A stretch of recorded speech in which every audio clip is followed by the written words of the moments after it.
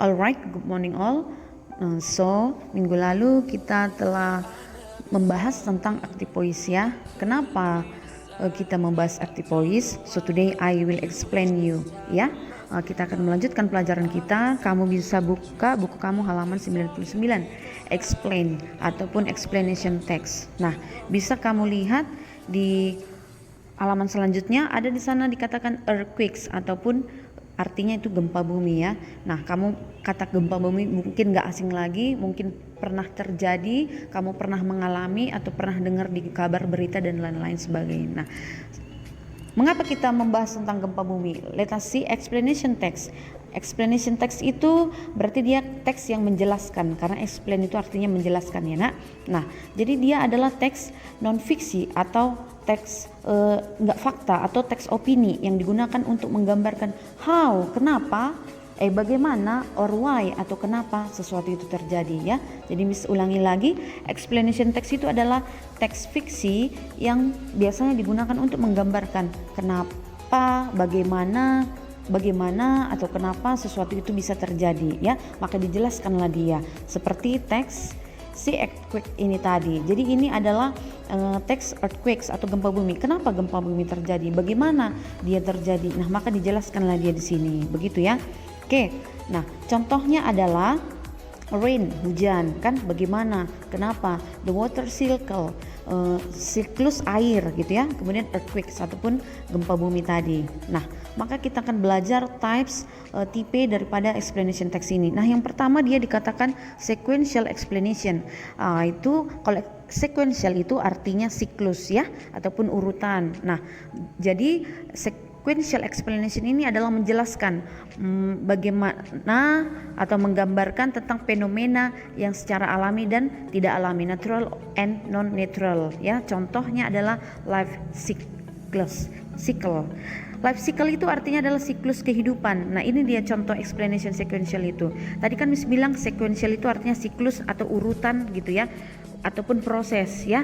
Nah, contohnya adalah siklus kehidupan. Misalnya dia prosesnya mulai dari dia bayi, lalu dia anak-anak, remaja, dia dewasa, menikah, orang tua, kemudian kakek-kakek, kemudian meninggal. Seperti itulah dia ada siklusnya. Ataupun misalnya siklus daripada kupu-kupu, mulai dari telur, ulat, kepompong, kupu-kupu gitu kan. Nah, dijelaskanlah dia di sana. Itulah dikatakan dia dengan siklus ya, sequential explanation. Mengerti ya nak?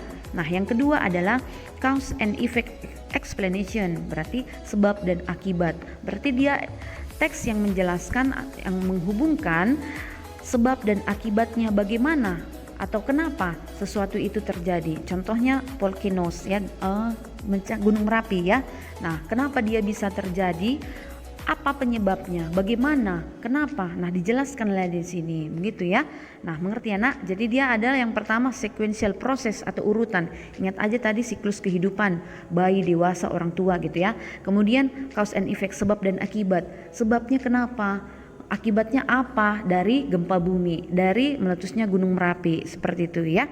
Nah, jadi halaman selanjutnya social functionnya atau fungsinya adalah yang ingat biasanya untuk menggambarkan bagaimana dan kenapa fenomena itu terjadi ya. Kemudian general structure-nya adalah yang pertama dia title-nya, judulnya dulu, topiknya membahas apa. Contohnya tadi kan earthquake ya, gempa bumi, ada judulnya. Lalu opening statement, pernyataan pembukanya. Lalu step itu intinya ya, a clear order of paragraph untuk menjelaskan bagaimana atau kenapa. Kemudian conclusion, penutup daripada si paragraf. Lalu finally adalah visual text ataupun teks yang terlihat. Nah, inilah dia contoh daripada explanation text itu ya nak. Oke.